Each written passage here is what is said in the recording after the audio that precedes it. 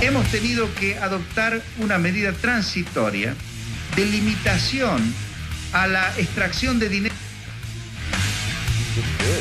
¿Está resultando todo tal cual esperábamos? No. Buenas noches. ¿Cómo les va? Escuché esa voz ahí al principio y se me puso la piel de gallina. Acá estamos arrancando en vivo, estamos en vivo por la pantalla de Veo, obviamente para hacerte compañía en este nuevo Veníamos Bien de diciembre. Ya yo no puedo creer que estemos en diciembre, 2 de diciembre. Se nos va el año, se nos va, ya prácticamente el año está perdido, muchachos. Así que bueno, llegando a fin de año, se vienen las despedidas y todas esas cosas, ¿no? Pero bueno, estamos acá en diciembre, ya cerrando el año. Y viene políticamente también complicado este año, por lo menos viene muy movido este cierre. Bueno, y esta semana ha sido una semana con 2 o 3 temas importantes en agenda, nacionales, provinciales, también locales, pero en 2 o 3 cuestiones, caso de seguridad, por ejemplo, ha sido una semana clave porque han pasado un montón de cosas. Vamos a ponerles un poco en contexto lo que pasó esta semana, hacemos una breve cronología para entender también, más allá del contexto generalizado, de los números, de la situación de inseguridad, políticamente en qué contexto se está dando lo que estamos viviendo en la provincia de Santa Fe. La semana comenzó con el gobernador Perotti hablando de seguridad con el ministro de Seguridad de la Nación, con Aníbal Fernández. Ahí está, lo estoy tapando al amigo Aníbal, ahí está. El gobernador con agenda en Buenos Aires, primero reunión con el ministro de Seguridad, la temática es esa, seguridad, ni más ni menos que eso, seguridad. O por lo menos así lo comunica el gobierno de la provincia. Primero con Aníbal, después con Alberto, con los Fernández, con el presidente de la Nación, Alberto Fernández. También, y esta foto que es muy política, siempre decimos que las fotos son políticas, son muy políticas, mandan mensajes, muestran distintas cuestiones. Y no es menor también en este momento ver esta imagen, digamos, tiene algunos significados y otros significantes políticos. Esta imagen de Alberto Fernández y el gobernador Perotti. Se vino para Santa Fe porque en Santa Fe estaba la reunión clave. Reunión que anticipamos nosotros la semana pasada, que te contamos que iba a ocurrir, que fue decidida sobre el lunes, martes de la semana pasada, que fue comunicada sobre el viernes de la semana pasada y que fue anunciada ahí viernes, lunes de esta semana. Es esta reunión, ¿no? Es la reunión que ocurrió ayer en el Salón Blanco de la Casa de Gobierno, donde estaban los principales referentes políticos de la provincia de Santa Fe, concretamente los presidentes de bloque, algunos integrantes también de algunas comisiones importantes, como el caso de seguridad, donde estaba obviamente el gobernador, la vicegobernadora, primera foto post-elecciones, de gobernador y vicegobernadora juntos, ahí está, juntitos, ahí. Y el presidente de la Cámara de Diputados, Pablo Farías, a la izquierda del gobernador. Estaba presente también el senador Borla, que es quien preside la subcomisión de seguridad en el Senado. Fue el único senador presente. Y los presidentes de bloque. Estaba Pablo Hapkin, en representación de su intendencia en Rosario, y Emilio Jatón en Santa Fe. El tema de seguridad, más allá de lo que fueron diciendo después algunos de los presentes en esta reunión, ¿te acordás que hablábamos y decíamos, tiene que haber una convocatoria, tiene que haber un plan conjunto, tiene que ponerse de acuerdo la política en 3 o 4 cosas por lo menos para ir avanzando, dejar las mezquindades políticas? Y cuando te contábamos la semana pasada que iba a existir esta reunión que finalmente ocurrió el día de ayer, decíamos, ojalá que no sea solamente una foto, ojalá que no sea intentar descomprimir un momento social complicado en materia de seguridad y que tenga un significado político mucho más profundo y que sea el inicio de algo. Bueno, más allá de que en realidad no hubo un plan de seguridad en el cual dijeron este es nuestro plan, sino que el gobierno de la provincia pidió la ley de emergencia en seguridad, ley de emergencia en servicio penitenciario, hubo algunas recomendaciones de algunos referentes de la oposición, en caso de que el servicio penitenciario vuelva a la órbita del Ministerio de Seguridad, porque el gobierno de Perotti lo sacó y lo puso bajo la órbita de gobierno. Eso trajo muchos más problemas a los que ya había, que eran muchos, en el servicio penitenciario, entre otras cuestiones. Esas cosas van a estar y van a salir muy rápidamente, porque ya hay proyectos en la legislatura, tanto de la oposición como del oficialismo, para declarar la emergencia en seguridad, emergencia en el servicio penitenciario, entre otras cuestiones. Los presentes dijeron que fue una reunión muy cordial y hay 2 o 3, para hacerlo rápidamente y resumido, 2 o 3 cosas claves. Cuando le tocó hablar al ministro Laña, al ministro de Seguridad, un ministro ratificado en su cargo y que tiene el apoyo, no solamente del gobierno de la provincia, sino también el consenso de la oposición, dijo, hay que olvidarse de lo que pasó hasta ahora, no miremos más para atrás, sobre todo los cortocircuitos entre oficialismo y oposición, y miremos para adelante. Y los referentes, en el caso de Maximiliano Puyaro, que habló como referente del radicalismo, el caso de Joaquín Blanco por el socialismo, el caso de Leandro Busato, jefe de bloque de justicialismo en la Cámara de Diputados, entre otros, Marcos Corach, en representación del Ejecutivo, el ministro de Gestión Pública, todos coincidieron en que ese es el paso a dar, es decir, mirar hacia adelante, empezar a pensar en un plan programático, en distintas cuestiones y trabajar en conjunto para abordar la temática de la inseguridad en la provincia de Santa Fe. Todos coincidieron que fue una buena convocatoria, le reconocieron al gobernador 3 o 4 cosas importantes. El gobernador reconoce también en la oposición una oposición propositiva y la verdad que esto es bueno, Por lo menos es una señal interesante que también puede quedar en letra muerta de aquí a los próximos días o se puede transformar en el puntapié inicial para algo mucho mejor. Todos esperamos que así sea. Por lo menos la lectura que yo hago es que eso está pasando o empieza a pasar, por lo menos en esta reunión. Este primer puntapié se arrancó con el pie derecho, se arrancó bien. Vamos a ver cómo continúa toda esta situación. Pero además lo pongo en el contexto, porque este era un contexto muy favorable para la oposición en realidad. ¿Por qué digo favorable para la oposición? Políticamente hablando, no es favorable para nadie, por supuesto. Y no hablo del contexto solamente de creciente violencia, de más homicidios, etcétera, etcétera, etcétera. Hablo del contexto político. ¿Por qué? Porque esta reunión se da con un Ministerio de Seguridad diezmado, absolutamente diezmado. ¿Por qué? Porque el fin de semana renunciaron al menos 12 funcionarios. Sé que no hay más gabinete en el ministerio, no hay nadie. El último apague la luz, dijo uno el viernes y cerró la puerta. Quedó el ministro así, imprimiendo, buscando las hojas y hablando por teléfono con los jefes policiales. No quedó nadie, se fueron todos. Renunciaron casi todos, se fueron ya previamente otros cargos importantes, pero renunciaron casi todos. Entonces, ¿qué pasa? Te encuentras una reunión que el gobierno la pensó la semana pasada y la anterior, que la convoca, y además no solo eso, ¿por qué se dan estas renuncias? Porque hubo allanamientos en el Ministerio de Seguridad. El fiscal va a decir, mientras le choreamos un par de imágenes, te lo digo así, un saludo grande a los amigos de Telefe Rosario, que estuvieron ahí y nosotros estamos usando sus imágenes. Mientras la situación de seguridad, ya todos más o menos la conocemos, la situación de la salida del exministro estaba complicada, se allana al Ministerio de Seguridad. Y el fiscal, uno de los fiscales que viene siguiendo una investigación, dice, bueno, no es un allanamiento técnicamente. La verdad que es lo mismo que un allanamiento, cambia el nombre, es un requerimiento. ¿Por qué? Porque en realidad es un lugar público, es un edificio público, al igual que la Casa de Gobierno, al igual que la Municipalidad de Santa Fe, al igual que una plaza. Y un fiscal, como no es propiedad privada, donde tiene que ingresar, no necesita pedirle permiso a ningún juez para avanzar en ese allanamiento. Pero tiene el mismo carácter. ¿Por qué? Porque el fiscal puede secuestrar teléfonos de personas que están ahí, secuestrar documentación, secuestrar computadoras, y tiene exactamente la misma calidad que puede tener un fiscal en un operativo de allanamiento. Así que, por más que técnicamente no se llamó allanamiento, lo que sucedió, para que todos lo entendamos, fue un allanamiento. ¿Qué se llevaron? Teléfonos de funcionarios. Entre ellos, por ejemplo, el teléfono de Montenegro, la mano derecha de Marcelo Saín en su momento en el ministerio. De altos funcionarios que ya renunciaron. Ahí está Marcelo Saín, haciendo la B. Y volvió un toque para atrás. Y todas esas bolsas que ves ahí atrás en la camioneta, esas tipos bolsas de consorcio negras, que están ahí, todas tienen documentación. Pero atención con esto, la mayoría de la documentación que se llevaron estaba destruida.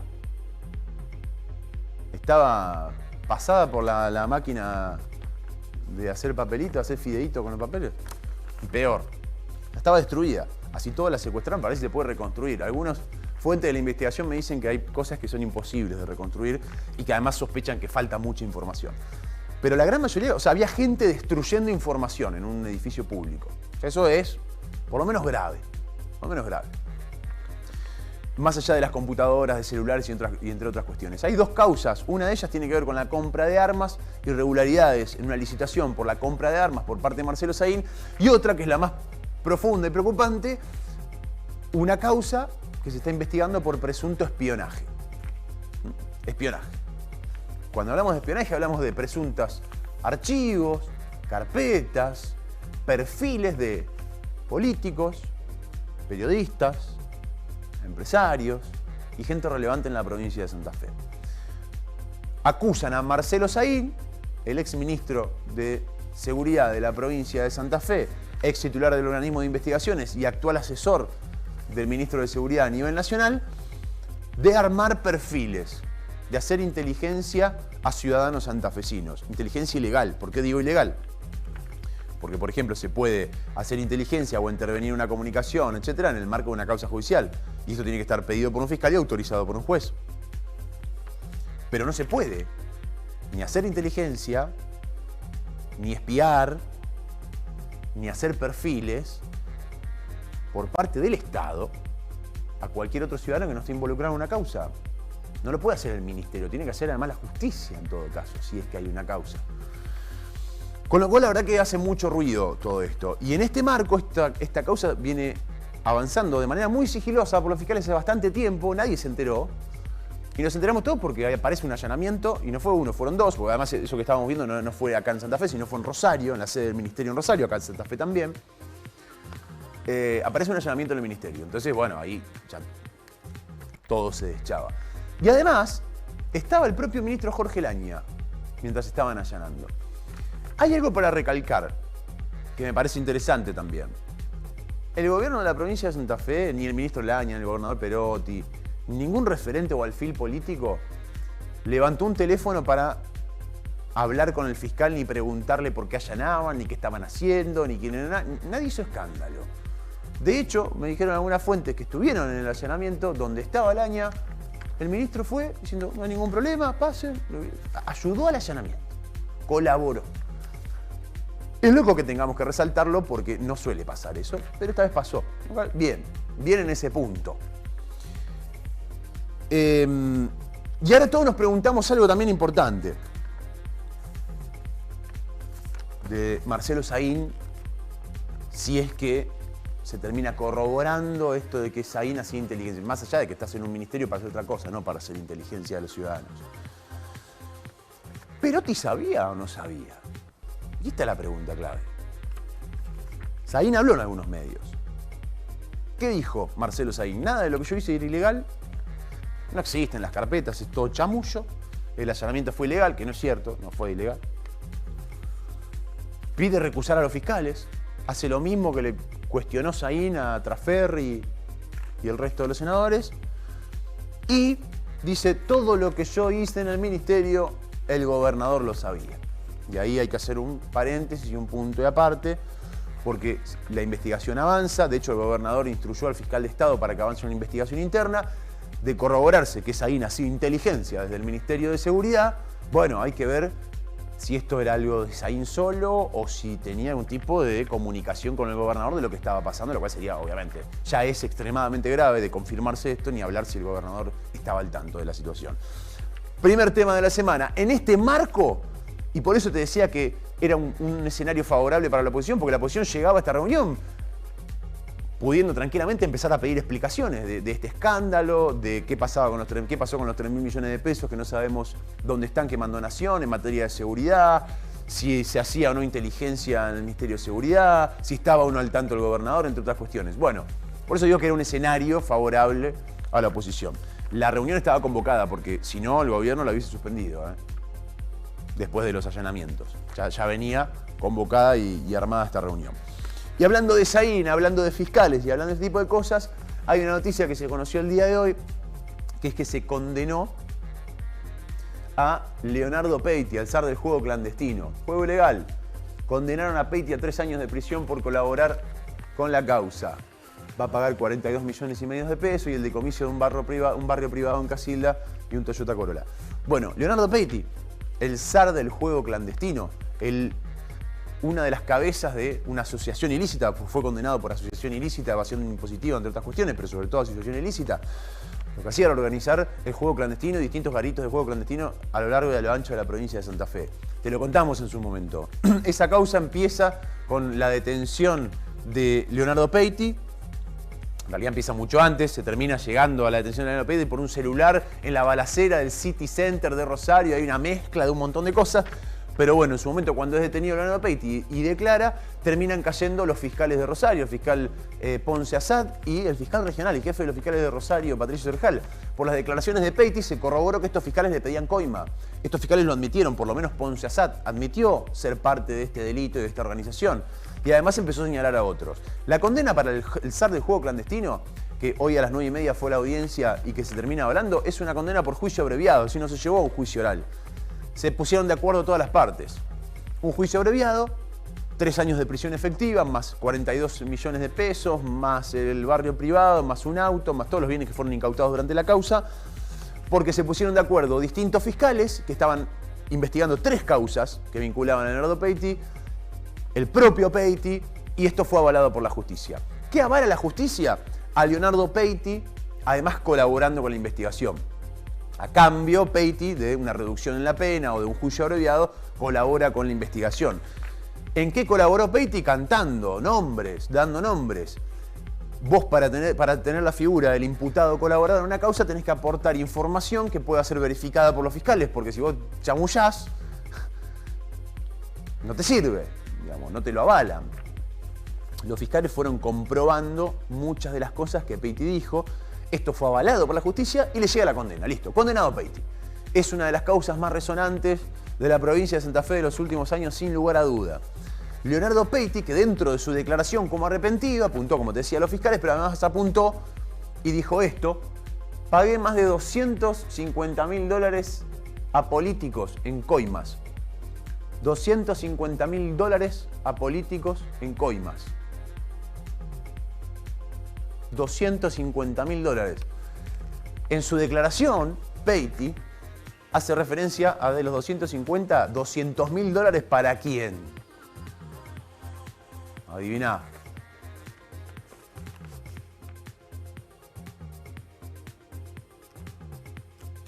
Para el Pipi Traffer. Volvió nuestra foto tan querida por nosotros, foto. Fui yo, dice Traffer. Bueno, no lo dijo Traffer en realidad, quien lo dijo fue Peiti. ¿Qué es lo que dijo Peiti? Que le pagó $200.000 para la campaña de este señor, con varios pagos, y confirma parte de lo que investigaban y venían ya viendo los fiscales en la causa, que era el ligamen de un senador de la provincia de Santa Fe, senador por el departamento de San Lorenzo, con el juego clandestino. No solo eso, después los fiscales, obviamente, como te decía, fueron corroborando parte de lo que dijo Peiti. ¿Cómo lo corroboraron? Bueno, 3 o 4 cosas muy concretas. Peiti habló de los encuentros en los cuales les llevaba ese dinero, dónde se encontraba, de qué forma, etc. Los fiscales corroboraron que los teléfonos celulares, tanto de Trafferri como de Peiti, estaban en el mismo lugar cuando dijo Peiti que se encontraron, al menos 3 veces. Leonardo Peiti habló de quiénes eran los intermediarios a los cuales le llevaba la guita de Trafferri. Eso se fue comprobando que se juntó con esos intermediarios y que después esos intermediarios se juntaban con Trafferri. En una conversación telefónica, porque Peiti ya venía investigado en una causa en Melincue y tenía el teléfono pinchado, en una de las conversaciones telefónicas aparece hablando en el cual dice: estoy yendo a San Lorenzo a llevarle eso al Pipi. Bueno, está hasta las manos Trafferri. Hasta las manos mal. Mal, porque ahora ya estaba hasta las manos. Ahora además la justicia homologó lo que dijo Peiti de alguna manera. Ahora, ¿qué pasa con Trafferri? Es lo que ya todos sabemos.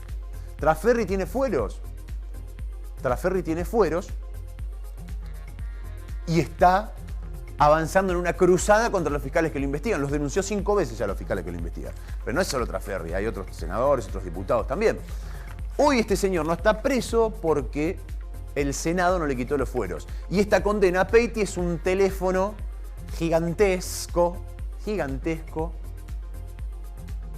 para los senadores. Pero sí, así de grande. Así de grande.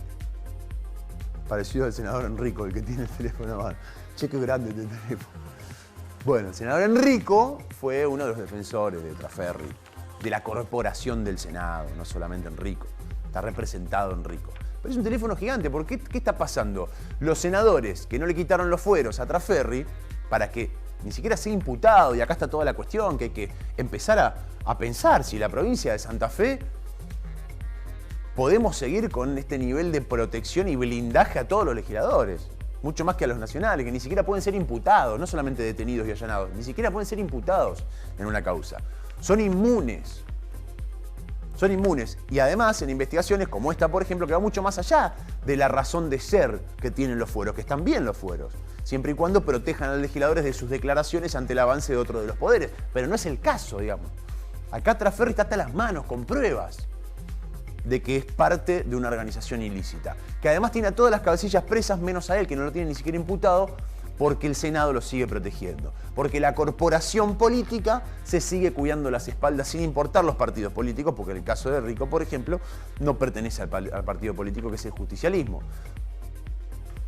Con lo cual, esta causa es, nuevamente, primero, esta condena a Peiti es un espaldarazo al trabajo de los fiscales, que Trasferri quiere correr, pero además es un teléfono a la corporación política del Senado de la provincia de Santa Fe, porque siguen protegiendo, sin quitarle los fueros, a alguien para que vaya a dar explicaciones a la justicia. Ni más ni menos que eso. Para que se siente como un ciudadano normal a dar explicaciones a la justicia. Obviamente, ¿qué pasa? Sacándole los fueros, no puede ir preso tampoco Trasferri, porque le pueden quitar los fueros a los senadores, por ejemplo, para que vaya a declarar. O es lo que se discute judicialmente ahora, si está bien el artículo 59 o no, si puede ser imputado. Pero así todo no puede ser ni allanado ni detenido mientras sea senador. Está bien, en 2 años se le termina el mandato a Trasferri, ¿eh? Ojo que ahí puede haber una guerra intestina nuevamente dentro del PJ, como ya la hemos visto en este tiempo, porque Trasferri va a buscar por todos los métodos habidos y por haber quedarse en el Senado, porque si no, ¿qué pasa? Va en cana, si no. Termina en cana. Con Ponce Asad, con Serjal, bueno, Ponce Asad ahora no está más preso, y con Peiti, entre otros.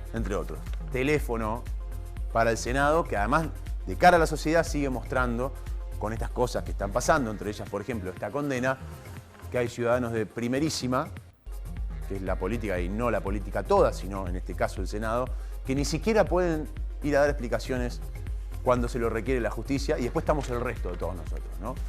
¿Qué pasará con el Pipi, que según Peiti, condenado y avalado por la justicia, le dio $200.000 para ser el lobista, para lograr que le habiliten el juego y para tener la concesión del juego legal, en este caso Peiti? Algo que tienen comprobado los fiscales, pero que a Trasferri parece no importarle.